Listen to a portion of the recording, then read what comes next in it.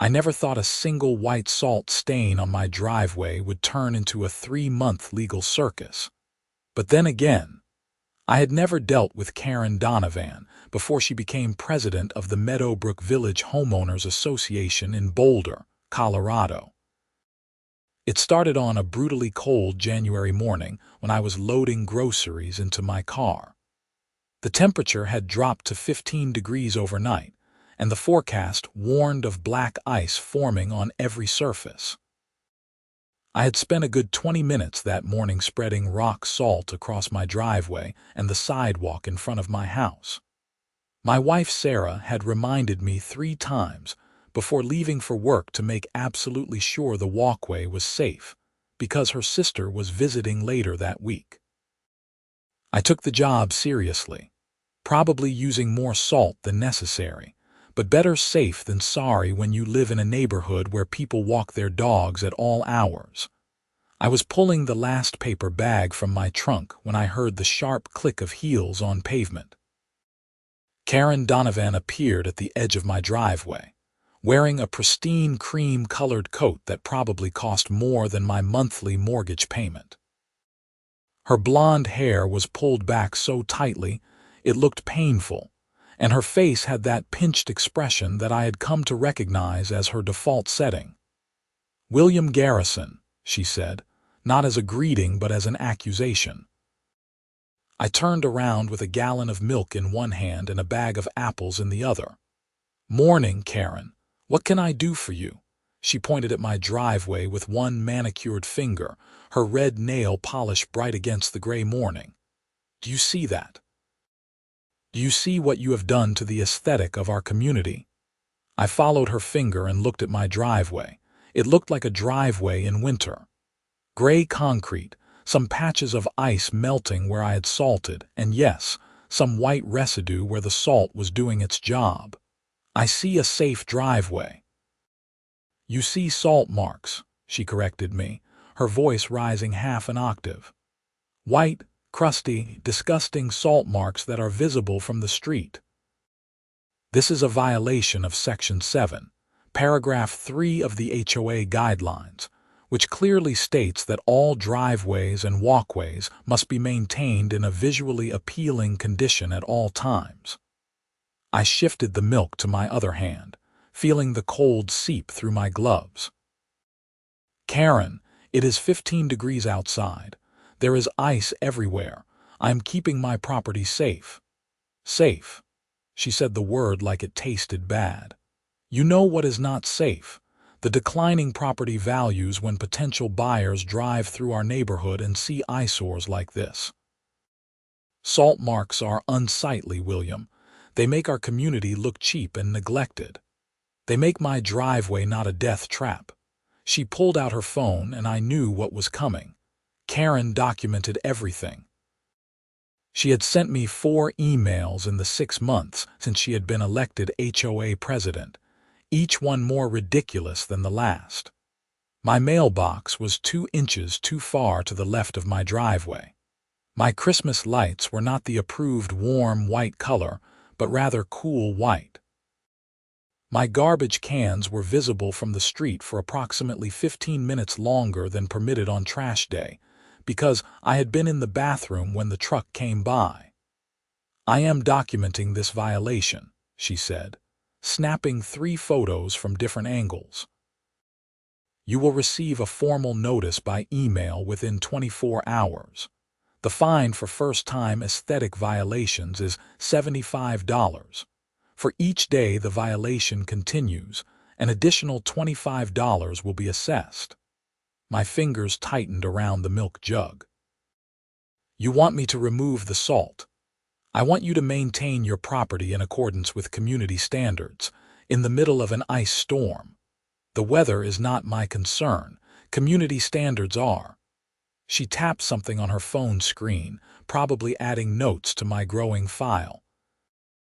"I would also like to remind you that the next HOA meeting is Thursday evening at 7. I will be presenting a new proposal to expand our enforcement capabilities. Your attendance would be appreciated, though not required." She turned and walked back toward the street, her heels clicking against my salted driveway. I noticed she walked very carefully, her steps measured and cautious despite her expensive boots. The irony was not lost on me. I carried my groceries inside and found Sarah in the kitchen, already putting away the items I had brought in earlier. She took one look at my face and said, "Karen, how did you guess? You have that specific expression, the one that says you are wondering if prison time is worth it." She took the milk from me and opened the refrigerator. "What is it this time?" I told her about the salt marks. Sarah listened with the patience of someone who had heard similar stories before, her dark hair falling forward as she bent to organize the lower shelves. When I finished, she closed the refrigerator door and leaned against it. "She's going to get someone hurt," Sarah said quietly. "She is so obsessed with appearances that she does not care about actual safety." "I know." "Are you going to remove the salt?" I looked out the window at my driveway. The temperature was supposed to drop even further tonight. More freezing rain was predicted. "No, I am not going to remove the salt. She can find me every day until spring if she wants. I am not turning my property into an ice rink because she thinks white residue is ugly." Sarah nodded. "Good. We will pay the fines if we have to. Maybe we can contest them later." The email arrived 16 hours later at 10 o'clock at night. I was already in bed, scrolling through my phone before sleep, when the notification popped up. The subject line read, "Formal notice of violation 1247 Meadowbrook Circle." The email was 3 pages long. Karen had included the photos she had taken, each one annotated with red arrows pointing to the salt residue. She had quoted the relevant HOA bylaws, including several subsections I had never heard of. She had outlined the fine structure and included a calendar showing how much I would owe if the violation continued through the end of the month. At the current rate, it would be over $700. The email concluded with a paragraph that made my blood pressure spike. "Please be advised that repeated violations may result in a lien being placed against your property. The Meadowbrook Village HOA takes community standards seriously and expects all residents to do the same. If you are unable to maintain your property to our standards, the HOA board will be forced to consider whether Meadowbrook Village is the right community for you and your family." I read that last sentence 3 times. She was threatening us. Not subtly, not with carefully worded legal language that could be interpreted multiple ways. She was directly threatening to force us out of our home because I had put salt on my driveway during an ice storm. I showed the email to Sarah. She read it twice, her jaw tightening with each line. "Can she actually do that? Can she put a lien on our house? I do not know. I need to read our HOA agreement again. I think unpaid fines can eventually lead to liens, but this is insane. This is salt for ice. In January, we should talk to a lawyer. That will cost money. So will $700 in fines." She had a point. I sent a reply to Karen's email, keeping it as professional as I could manage. "I have received your notice. I will not be removing the salt from my driveway while ice conditions persist. Safety of my family and visitors takes precedence over aesthetic concerns. I am happy to discuss reasonable alternatives at the next HOA meeting." Her response came back in under 5 minutes. "Your refusal to comply has been noted and will be included in your file. See you Thursday." The next 3 days were tense. Every morning I went outside and checked my driveway. Every morning I added more salt where needed. And every morning I half expected to find Karen standing there with her phone, documenting my continued defiance. The temperature did not rise above freezing all week. The entire neighborhood looked like a winter postcard, beautiful and treacherous. I watched neighbors slip and slide on their driveways, their salt-free surfaces gleaming and dangerous. Old Mr. Peterson, 3 houses down, went down hard on his front steps, caught himself on the railing just in time. His wife called out to ask if he was okay, and I heard him mutter something about that crazy HOA woman and her rules. I was not the only one fed up with Karen. Thursday evening arrived with fresh snow falling. Sarah and I bundled up and walked the 3 blocks to the community center where HOA meetings were held. The building was a small brick structure at the edge of Meadowbrook Village, paid for with our HOA fees and primarily used for these monthly meetings and the occasional neighborhood party. We arrived 10 minutes early, but the main room was already packed.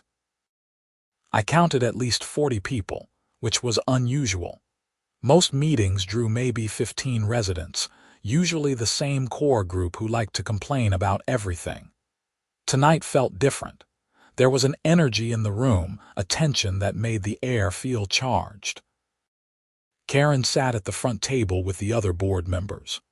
There was Tom Richardson, the vice president, a mild-mannered accountant who mostly stayed quiet and let Karen run things.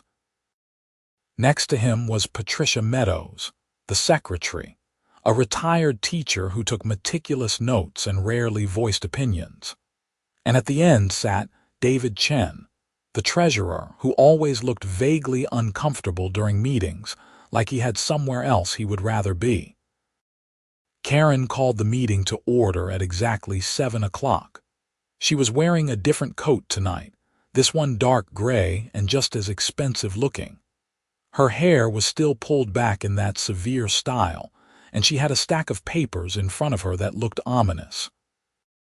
"Thank you all for coming tonight," she began, her voice carrying easily across the room. "We have several important items on the agenda, but first I would like to address some concerns that have been brought to my attention regarding enforcement of our community standards." A woman in the back row raised her hand. I recognized her as Linda Martinez, who lived 2 streets over. "Are you talking about the salt thing? Because I got one of your emails too, and I think it is ridiculous." Karen's smile did not reach her eyes. "I am talking about maintaining the property values and aesthetic integrity of Meadowbrook Village. Our bylaws clearly state, our bylaws do not say we have to risk breaking our necks," Linda interrupted. "My mother is 78 years old. She lives with me. If she slips on my unsalted steps because you think white residue is ugly, that is on you." A murmur of agreement rippled through the room. I caught Sarah's eye and she gave me a small nod. We were not alone in this fight. Karen's expression hardened. The bylaws are the bylaws. When you purchased your home in Meadowbrook Village, you signed an agreement to abide by our rules. If you find those rules inconvenient, perhaps you should have chosen a different neighborhood. "Perhaps we should choose a different HOA president," someone called out. I could not see who said it, but the comment drew scattered applause. Tom Richardson leaned over and whispered something to Karen. She shook her head sharply, then stood up straighter. "If you have formal complaints about my leadership, there is a process for that. It is outlined in Section 12 of the bylaws. But right now, we have business to conduct. I am proposing several new measures to strengthen our enforcement capabilities." She began distributing copies of her proposal. Sarah grabbed one as it passed by, and we read it together. My stomach sank with each line. Karen wanted to increase all fines by 50%. She wanted to add new categories of violations, including excessive snow accumulation on roofs and unauthorized ice melt product usage. She wanted to hire a part-time compliance officer who would drive through the neighborhood daily, documenting violations and issuing citations. And she wanted to reduce the grace period for fixing violations from 7 days to 72 hours. "This is a power grab," Sarah whispered. "She is trying to turn this HOA into her personal fiefdom." David Chen raised his hand. Karen acknowledged him with obvious reluctance. Yes, David. These proposals would require significant financial investment, he said, adjusting his glasses. The compliance officer's salary alone would consume 30% of our annual budget. We would likely need to raise HOA fees to cover these costs. Good governance has a price, Karen replied smoothly. I am sure our residents would be willing to invest in maintaining property values. I would not, said a man near the front.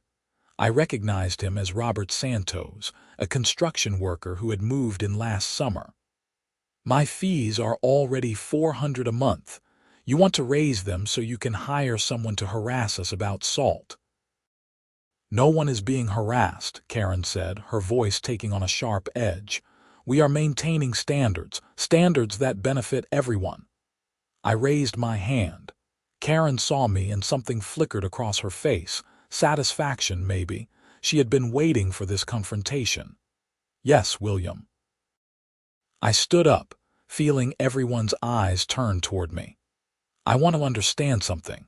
You are proposing all these new enforcement measures, but what problem are we actually solving? Has there been a documented decrease in property values? Have potential buyers complained about our neighborhood's appearance? Property values are preventative, Karen said. We maintain standards now to prevent future problems. That is not an answer. That is speculation. I kept my voice calm, reasonable. I have lived here for 4 years. In that time, 3 houses on our street have sold, all above asking price. The neighborhood is clean, well-maintained, and safe. What emergency are we responding to? The emergency is complacency, Karen shot back. The moment we stop enforcing standards is the moment this neighborhood begins its decline. I have seen it happen in other communities. Residents start letting things slide.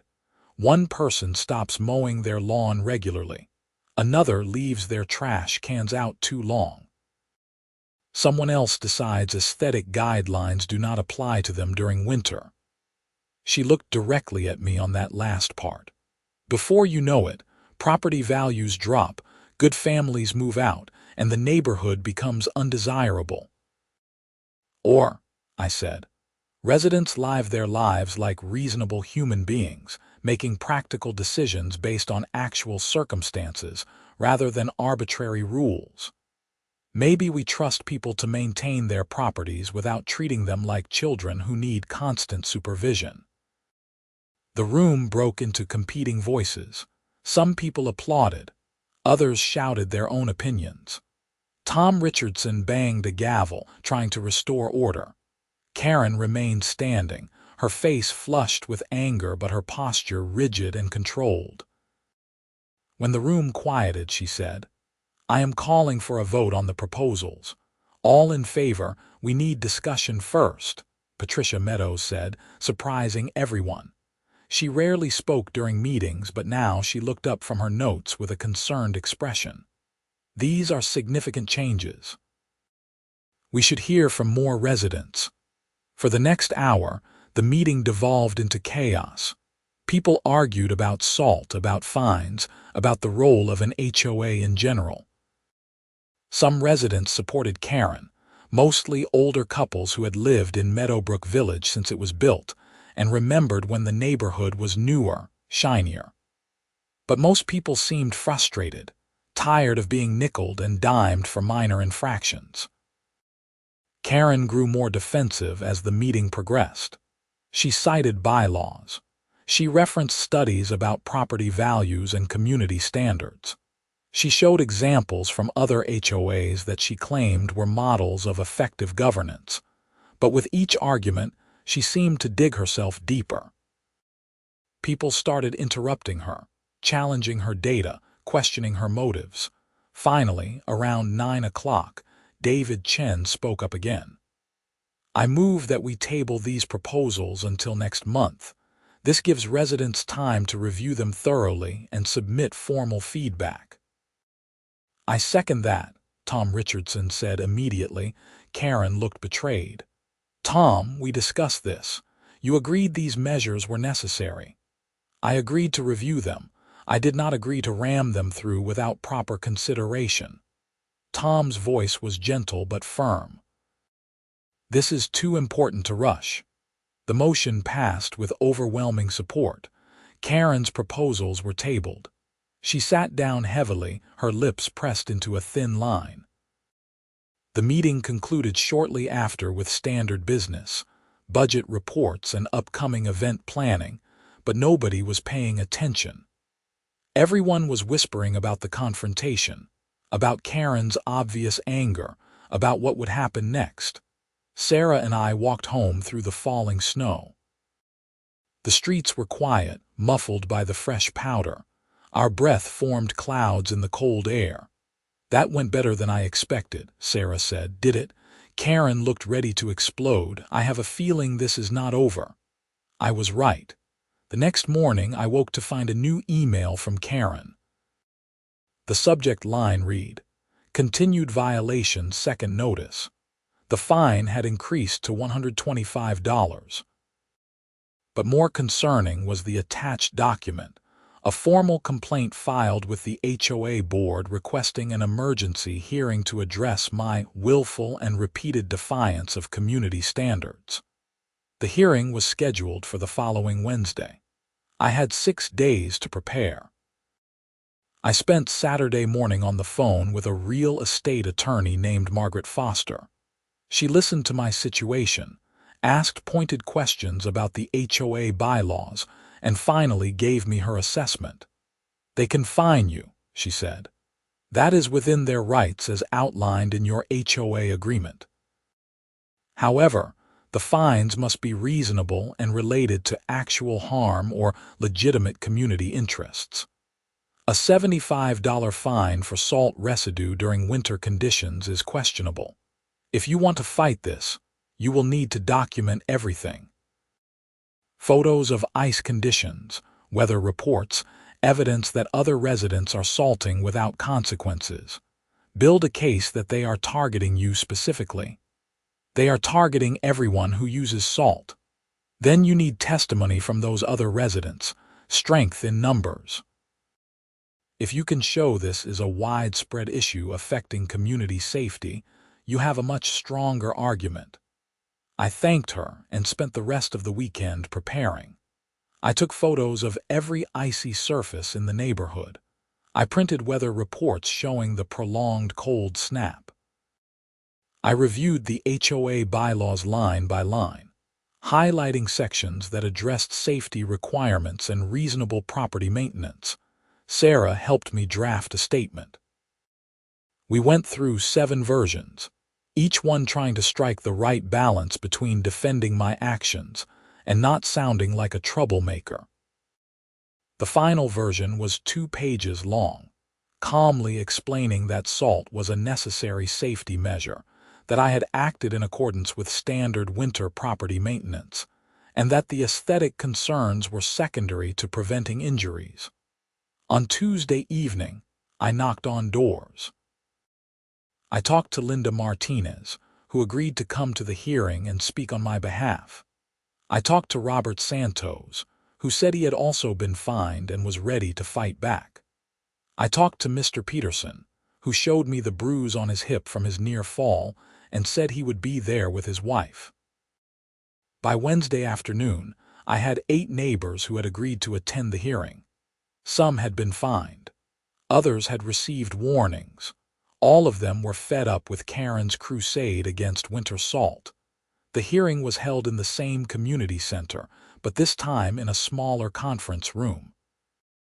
Karen sat at the head of the table with Tom, Patricia, and David flanking her on both sides. I sat across from them with Sarah beside me, and our 8 neighbors filled chairs along the walls. Karen called the hearing to order with formal language that made it sound like a criminal trial. She read the charges against me, using phrases like persistent violation and disregard for community welfare. She presented her photographic evidence, each picture showing white salt residue on my driveway. Then she said something that made my hands clench into fists under the table. This is not simply about aesthetics, though that is certainly a factor. This is about respect. Respect for the rules we all agreed to follow.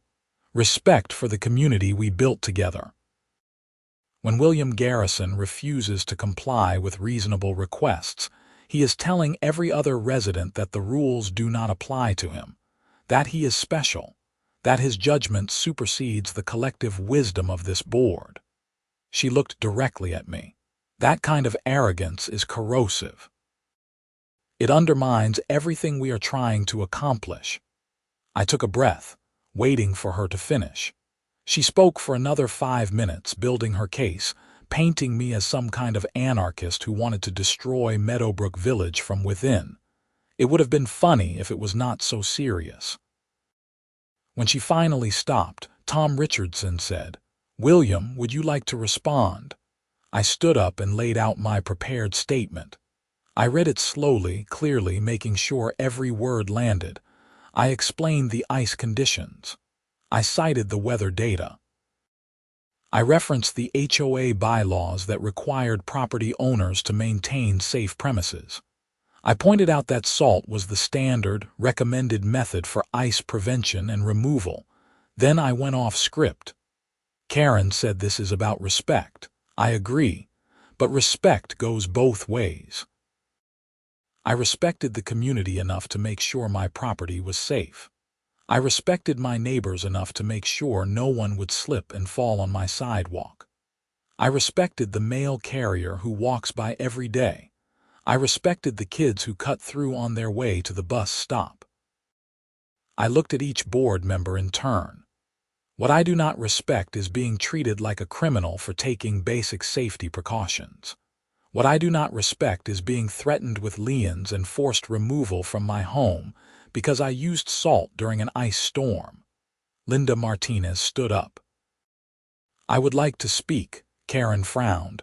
"This is not an open forum." "Actually," Patricia said, checking her notes, "the bylaws allow for community input during disciplinary hearings. We should hear from Linda." Karen's jaw tightened, but she nodded. Linda told her story about her elderly mother, about the fear of her falling, about receiving her own violation notice. Then Robert Santos spoke about working construction for 20 years and knowing how dangerous ice could be. Mr. Peterson described his near fall. One by one, my neighbors stood up and told the board that Karen's salt crusade was dangerous, unreasonable, and unpopular. By the time they finished, even Tom Richardson looked uncomfortable. David Chen was staring at his hands. Patricia was writing frantically in her notebook. Karen remained unmoved. The bylaws are clear. Aesthetic standards must be maintained. If ice is a concern, there are alternative products available. Sand, for example, or magnesium chloride, which leaves less residue. "Sand does not melt ice," I said. "It just provides traction." "And magnesium chloride costs 3 times as much as rock salt and does not work below 15 degrees. The temperature has been below 15 for a week straight. Then perhaps residents should shovel more frequently to prevent ice buildup." "I shovel twice a day. Ice still forms." That is how winter works. We were going in circles. Karen was not going to back down, and neither was I. The room felt hot despite the cold weather outside. Tension radiated from every corner. Finally, David Chen said, "I move that we dismiss the fines against William and issue a general advisory to all residents about winter property maintenance." The advisory would acknowledge that safety takes precedence over aesthetics during severe weather conditions, while also encouraging residents to minimize salt use where practical. "That is a compromise," Tom said immediately. "I can support that," Patricia nodded. "It addresses both concerns." Safety and standards. Karen stared at her fellow board members like they had betrayed her. "You are undermining my authority. You are telling residents they can ignore violations if they disagree with them." "We are telling residents to use common sense," Tom said. which is what an HOA board should do. The vote was 3-1. Only Karen opposed the motion. My fines were dismissed. The hearing was over.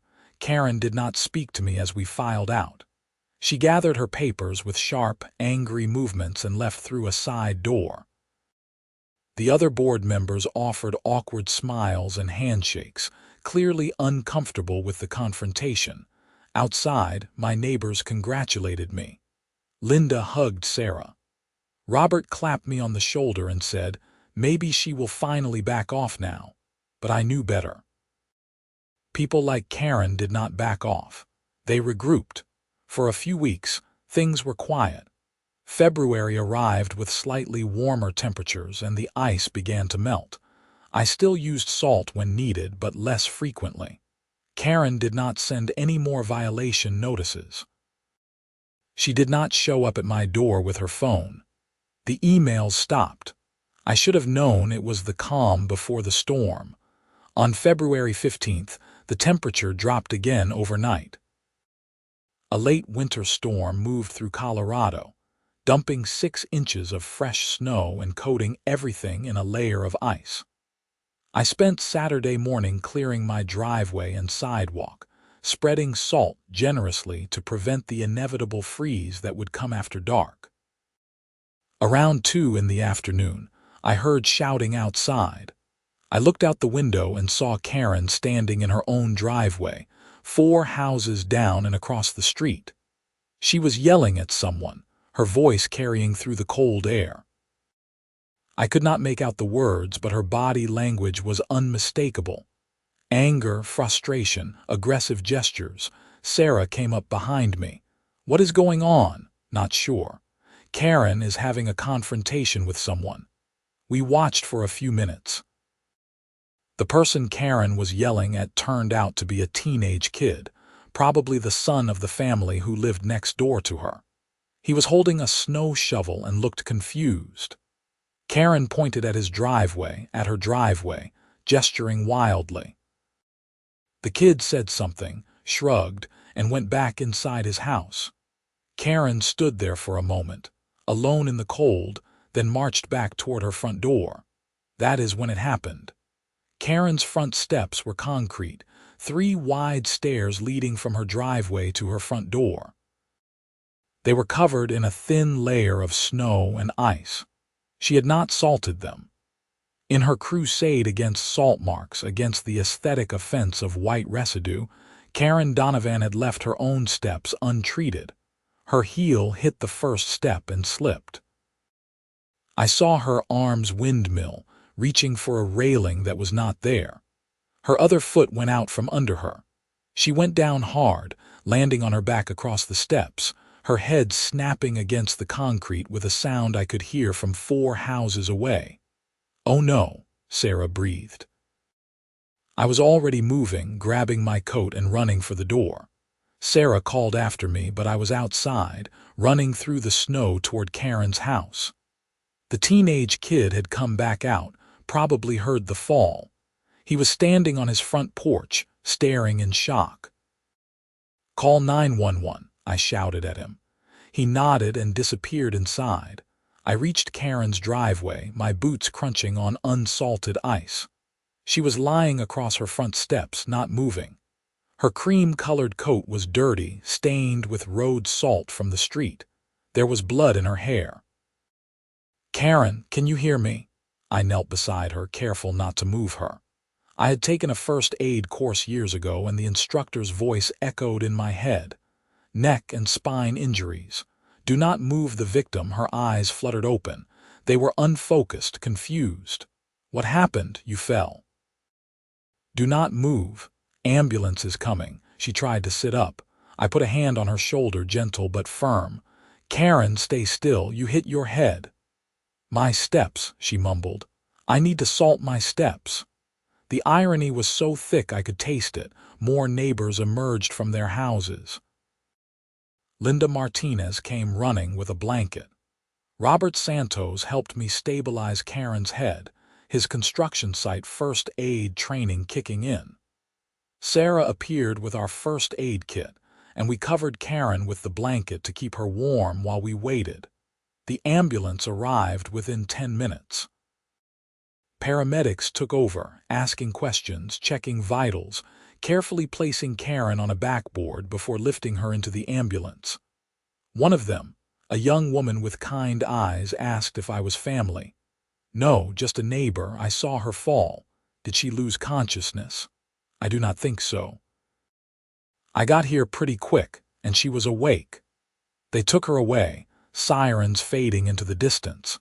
The gathered neighbors dispersed slowly, talking in hushed voices. The teenage kid came back out, confirmed he had called 911 and given them all the information. His name was Marcus, and he looked shaken. She was yelling at me about my driveway, he said. Said we left salt marks too close to her property line. I did not know what she was talking about. Then she just stormed off and slipped. I looked at Karen's front steps. Not a single grain of salt. The ice was thick, treacherous. Her driveway was the same. She had been so committed to her anti-salt crusade that she had left her own property dangerous. Sarah squeezed my hand. You probably saved her life. I just called for help. You ran to help someone who has been making your life miserable for months. That says something. We went home, but I could not shake the image of Karen falling, the sound of her head hitting concrete. Despite everything, despite the harassment and the fines and the threats, I did not want her hurt. I just wanted her to be reasonable. Later that evening, Tom Richardson called me. I heard what happened. Thank you for helping her.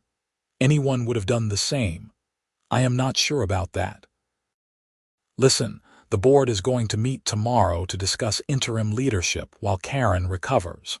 Between you and me, I think this is going to be a turning point. David and Patricia have been talking about proposing some changes to how we do things around here. What kind of changes? Less enforcement, more community building, getting back to what an HOA is supposed to be about, maintaining common areas, organizing events, helping neighbors instead of harassing them. That sounds good. We will see. Karen has a lot of supporters, people who like the strict enforcement. But after this, after she fell on her own unsalted steps while crusading against salt, I think people are going to start questioning her judgment. He was right. The next week, I visited Karen in the hospital. She was in a regular room, no longer in ICU. She had a concussion, 3 cracked ribs and a broken wrist. Her head was bandaged and she looked smaller somehow, diminished. Why are you here? She asked when I walked in. Wanted to see how you were doing.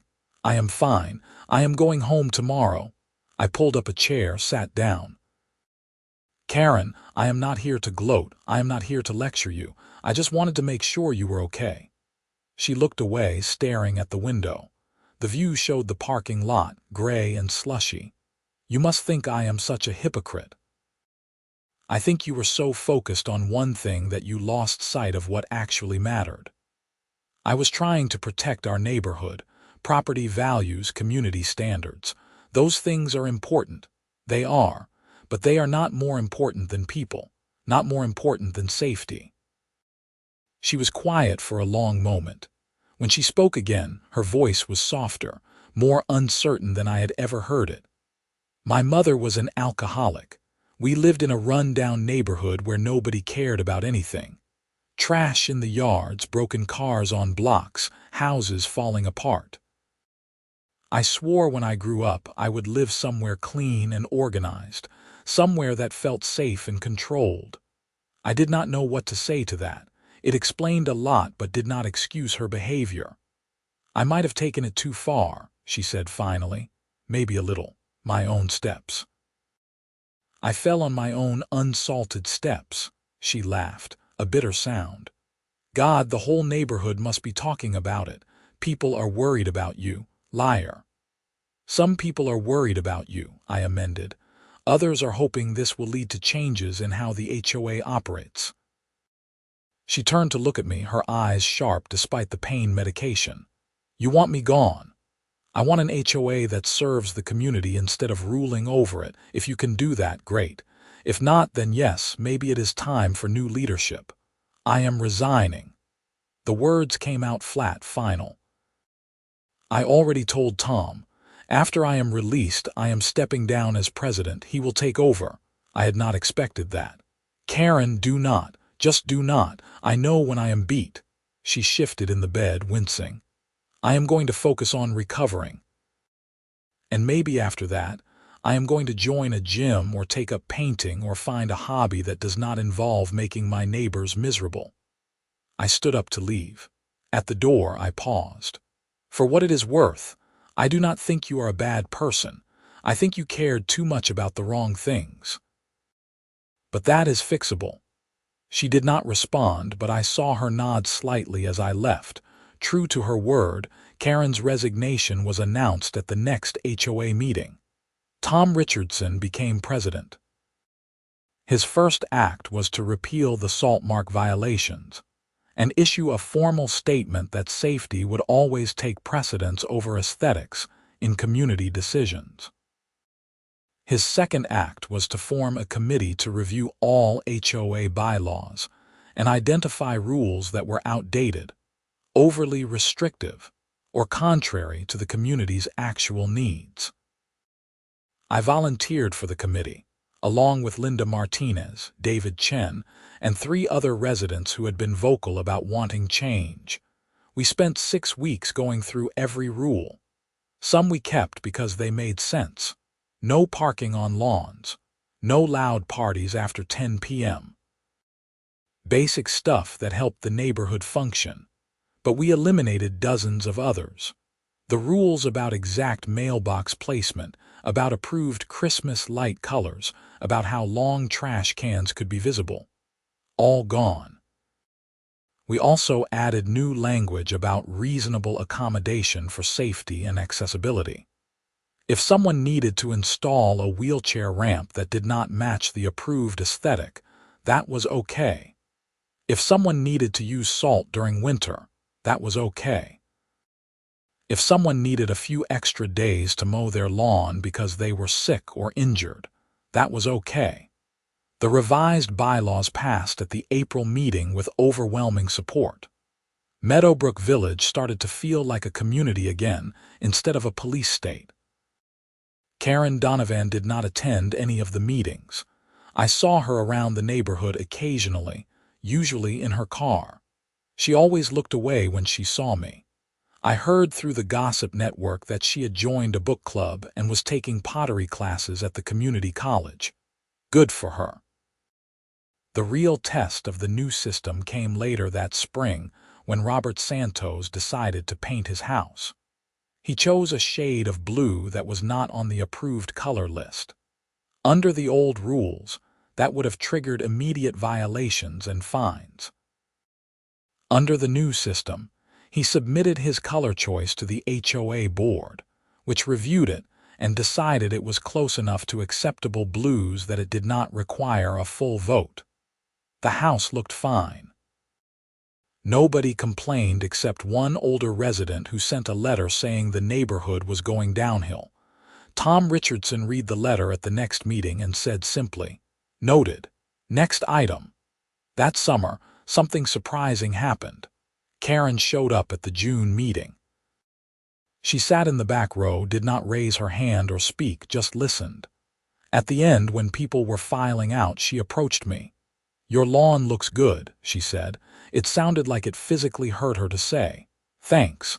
I have been trying to stay on top of it. The neighborhood looks good too."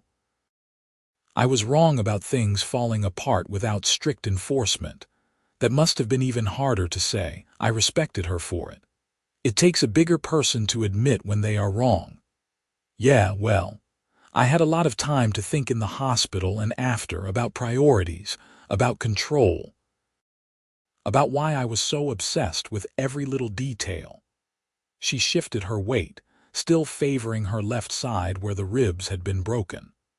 My therapist says I was trying to control my environment because I could not control my childhood. Apparently, that is a thing.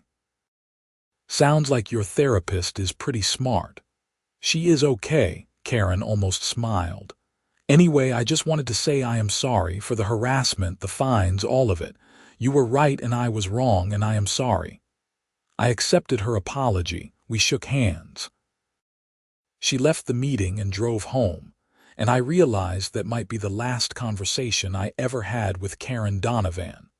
But it was not. About 2 months later, on a hot August afternoon, I was trimming my hedges when Karen pulled into her driveway. She got out of her car with her arms full of grocery bags, struggling to manage them all at once. One bag started to slip, and I jogged over to help. "I got it," she said automatically, then stopped.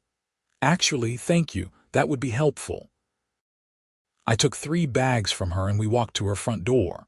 Her steps, I noticed, had a new railing installed, smart addition. "How are you doing?" I asked. "Health-wise, I mean." "Better. The ribs healed. The wrist is still stiff sometimes, but the physical therapist says that is normal." She unlocked her door and I followed her into the kitchen, setting the bags on the counter. "Thanks for helping." "No problem." As I turned to leave, she said, "William, if you ever need anything, like if you are going out of town and need someone to water plants or bring in mail or whatever, I am happy to help. I know we have not been friendly, but I would like to be a better neighbor." I looked at her, really looked at her. She meant it.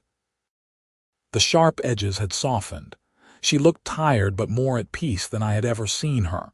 "I appreciate that," I said. "Same goes for you. We are neighbors. We should act like it." She smiled, a genuine smile that transformed her face. "Yeah, we should." I walked back to my house, where Sarah was watering flowers in the front garden. She raised her eyebrows in question. "Karen just apologized again and offered to help if we ever need anything," I told her. "Character development, I like it. Maybe she really has changed. Or maybe she learned that being a tyrant is exhausting and lonely. Probably both." Life in Meadowbrook Village settled into a comfortable rhythm after that. Tom Richardson proved to be an excellent HOA president, focused on organizing community events rather than citing violations. We had monthly potlucks, holiday parties, a summer barbecue that became an annual tradition. The neighborhood newsletter, which under Karen had been mostly violation notices and stern reminders, transformed into actual news about residents, helpful tips, and upcoming events. I never forgot the absurdity of that winter, though. The woman who waged war on salt marks only to fall on her own unsalted steps became a cautionary tale I told friends from other neighborhoods. The irony was almost too perfect, but the real lesson was not about irony or karma. It was about how easy it is to lose perspective, to become so focused on rules and control that you forget the purpose behind them. HOAs exist to maintain communities, not control them. They are supposed to help neighbors, not harass them.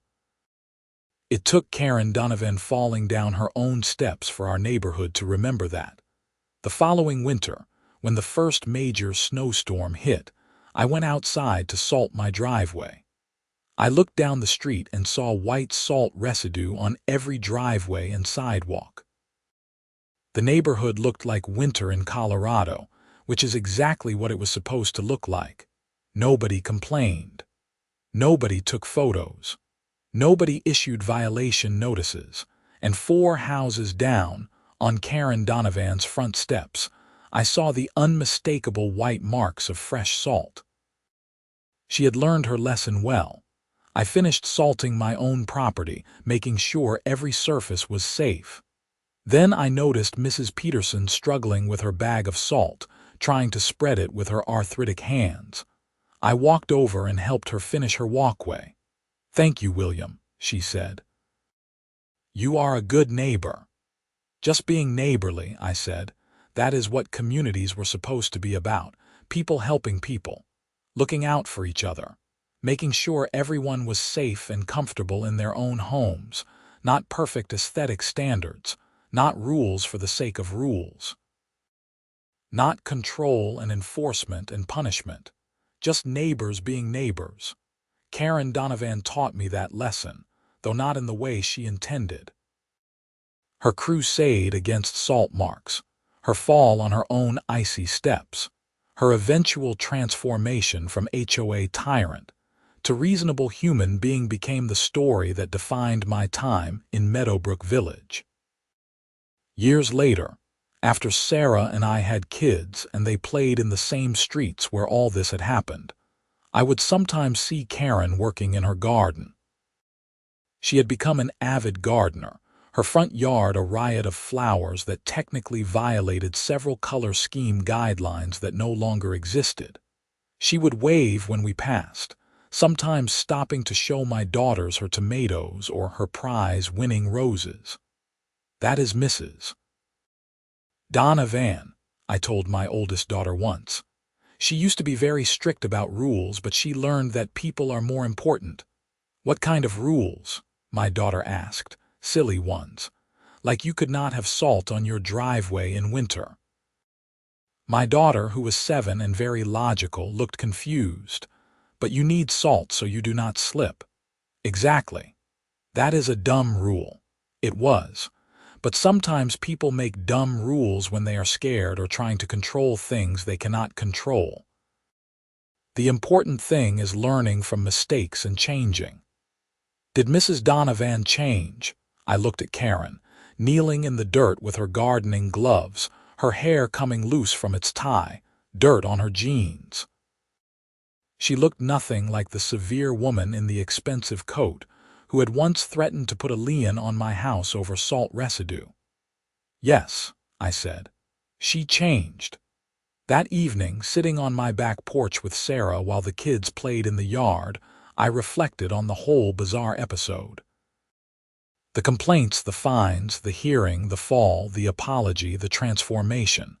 It felt like something from a movie, too perfectly ironic to be real, but it was real. Every ridiculous moment of it. "You ever regret not fighting harder?" Sarah asked. "Before she fell, I mean." "You could have sued, challenged the HOA in court." "No. Legal battles are expensive and exhausting, and honestly, the system worked out. Maybe not the way I expected, but it worked." Karen faced natural consequences for her unreasonable policies. The HOA reformed. The neighborhood improved. Natural consequences being falling on ice and cracking her head open. Not how I would have chosen to make the point, but effective. Sarah leaned her head on my shoulder. "You are a better person than I am. If someone harassed me the way she harassed you, I do not think I could forgive them." She apologized, genuinely. And she changed. What more can you ask for, I suppose? We sat in comfortable silence, watching the sun set over the Colorado mountains. The neighborhood was quiet except for the distant sound of children playing and someone mowing their lawn. Normal sounds. Community sounds. No citations. No violation notices. No fear that every tiny imperfection would result in fines and threats. Just people living their lives, maintaining their homes in reasonable ways, being neighbors. It was exactly what an HOA should facilitate. The Salt Mark War of that winter became neighborhood legend. New residents heard the story from multiple sources, usually with embellishments. In some versions, Karen fell off her roof. In others, she slipped and slid all the way down her driveway into the street. The truth was dramatic enough without exaggeration, but people loved adding details. Tom Richardson joked at one meeting that we should put up a historical marker at Karen's front steps. "Site of the Great Salt Debate Resolution," he suggested. Everyone laughed, including Karen, who had started attending meetings again occasionally, though she never sought leadership positions. The revised HOA bylaws became a model for other neighborhoods. The Meadowbrook Village reforms were featured in a local newspaper article about community governance. The reporter interviewed me, Tom, and surprisingly, Karen herself. "I learned that you cannot control everything," Karen said in the article. And that trying to do so makes you blind to what actually matters. Safety, community, people looking out for each other. Those things are more important than whether someone's driveway has salt marks in January. The article ran with a photo of our neighborhood in winter, driveways white with salt residue, looking safe and lived in and real. The headline read, Boulder HOA finds balance between standards and sense. We framed a copy and hung it in the community center, right next to the revised bylaws. Life moved forward. Seasons changed. The neighborhood evolved. New families moved in. Others moved out. Tom Richardson served 3 years as HOA president before stepping down and passing the role to Linda Martinez. Under her leadership, the HOA started community improvement projects, installing better lighting in common areas, organizing neighborhood watch programs, creating a community garden. All things that actually benefited residents instead of just restricting them. Karen Donovan eventually became the chair of the Community Garden Committee. I saw her there one Saturday morning, teaching a group of kids how to plant tomatoes. She was patient and encouraging, smiling in a way that made her look 10 years younger. You have come a long way, I said, walking up to say hello. She stood, wiping dirt from her knees. I had a long way to come. I was not a good person back then, William. I know that now. You were trying to be good in a misguided way. There is a difference. Generous of you to say. I mean it. You cared about the community, you just expressed it poorly. She considered that, then nodded. I suppose that is fair. Still, I have regrets. All those violation notices, all the stress I caused. If I could go back and do things differently, I would. We all would. But you cannot go back. You can only move forward differently. And you have done that. One of the kids called for her help, a little girl struggling with a stubborn root. Karen excused herself and went to assist, her voice gentle and encouraging as she showed the girl how to work the soil loose. I thought about typing up an email to my brother in California to tell him the latest Karen update. He had been following the saga since the beginning, amused by the suburban drama. But then I decided against it. The story did not need more telling. It was over, resolved, concluded in the best possible way. Everyone had learned. Everyone had grown. The neighborhood was better for it. That was enough. As I walked home, I passed house after house, each one maintained according to the owner's needs and preferences rather than rigid aesthetic rules. One family had solar panels that did not match anyone else's roof. Another had a wheelchair ramp. A third had a vibrant purple mailbox that their daughter had painted as an art project. Under the old system, all of those would have been violations. Under the new system, they were just homes, lived in by real people with real needs and preferences. That night, I told Sarah I wanted to write everything down. The whole story, from the first salt mark complaint to Karen teaching kids to garden. A chronicle of suburban absurdity and redemption. Why? Sarah asked. Because it is a good reminder. About perspective, about priorities, about how people can change. Maybe other HOAs could learn from it. Or maybe people will just laugh at the irony of someone falling on their own unsalted steps after campaigning against salt. That too. But maybe they will also see that the story has a happy ending. Problems can be resolved. People can change. Communities can reform. You are an optimist. I live in a neighborhood where the HOA president once threatened to force me out of my home over salt residue, and now that same person teaches children to garden. If that does not make you an optimist, nothing will. So I wrote it down, all of it, every detail I could remember. The cold January morning when it started, the emails, the hearing, the fall, the apology, the transformation. I wrote about Karen's journey from tyrant to human being, about our neighborhood's journey from police state to actual community. I wrote about salt marks and slipped steps, and the absurd lengths people will go to when they value control over common sense. And I wrote about how nobody sued anyone, because sometimes life teaches its own lessons more effectively than lawyers ever could. Karen Donovan fell on her own icy steps and learned that safety trumps aesthetics. Our HOA fell into dysfunction and learned that rules should serve people, not restrict them.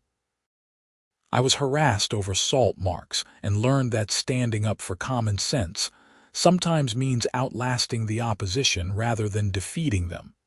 Everyone learned something. And in the end, our little corner of Boulder, Colorado, became a better place to live. Not because we had perfect rules or strict enforcement or pristine aesthetics, but because we learned to be reasonable, to care about each other, to prioritize people over policies. That is what made Meadowbrook Village a true community. The salt marks faded with the spring thaw, as they always do. But the lessons remained, etched into our collective memory as surely as if they were carved in stone. Karen never complained about salt again. She salted her own steps religiously every winter, often going beyond her property to help elderly neighbors with theirs. The transformation was complete and lasting, and every January when the first snow falls and I go outside to salt my driveway, I smile at the white residue spreading across the concrete. Those marks mean safety. They mean preparation. They mean someone cares enough about their property and their neighbors to take basic precautions. They are beautiful in their own way, those salt marks. Beautiful because they represent common sense prevailing over arbitrary rules. Beautiful because they remind me of how far our neighborhood has come.